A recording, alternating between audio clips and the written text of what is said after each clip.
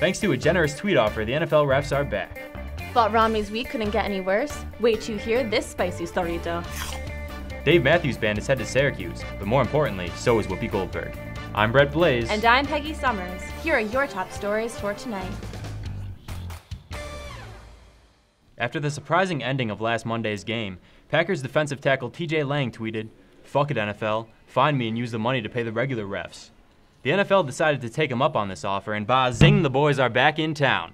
The final deal will cost the league roughly $3.2 million, which is equivalent to about the salary of 1.8 players, or one Terrence Cody. The liberal magazine Mother Jones has released a video of Mitt Romney playing Truth or Dare with 30 of his donors. His comments have upset many Americans, but at least he didn't leave out Mexicans while offending half the country. My heritage, my dad, you probably know, was the governor of Michigan and was the head of a car company, but he was born in Mexico. And had he been born of Mexican parents, I'd have a better shot of winning this, but he was unfortunately born of Americans living in Mexico.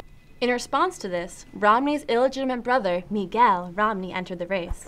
According to recent polls, Miguel has already captured roughly 47% of the vote.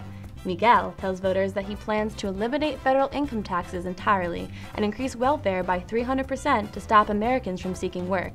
This, he hopes, will lead to a change in immigration policy, because all he's really trying to do is score some trabajo for his familia. A recent survey conducted by the university reveals that absolutely no one is confused as to why the Dalai Lama, a man who advocates abstinence from alcohol, women, and all material desires, chose Syracuse to be the venue for his One World concert. We sent our top reporter, Jeff Rich, to the streets to find out why. Top party school, Dave Matthews Band, and the Dalai Lama. I know.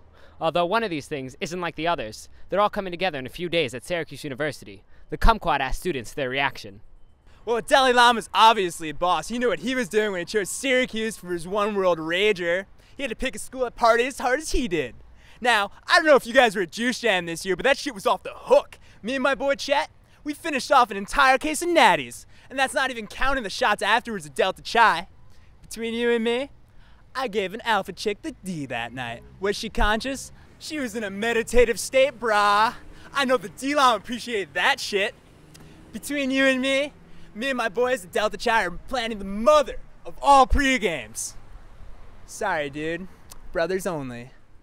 Okay, so when I heard that the Dalai Lama was going to perform, I totally freaked out, went on Facebook, and posted, "My school is way better than yours." After Calvin Harris, I thought that Syracuse had totally outdone themselves. But now they somehow got the Dalai Lama to perform. He's like one of my all-time favorite rappers. And I heard that he is totally into peace issues, and I completely respect that. Like, actually. I, being a nutrition major, think that it's my duty to let people know how many pieces of dessert they should eat. This issue is very near and dear to me. If one of my sisters were caught eating more than 1 centimeter thick piece of low-fat cheesecake per month, she would be kicked out immediately. This is no laughing matter. I think it's great that the Dalai Lama is coming here to speak. I think it really proves that Syracuse is trying to expand its global consciousness. I just hope students don't only go to the concert, but also go to the panel as well so they can learn about... Well, there you have it, folks. Seems like the student body is very anxious for the visit of the Dalai Lama, for all the right reasons. Personally, I've got some Patron, just so we can take shots together. But I didn't get to... Shut your mouth.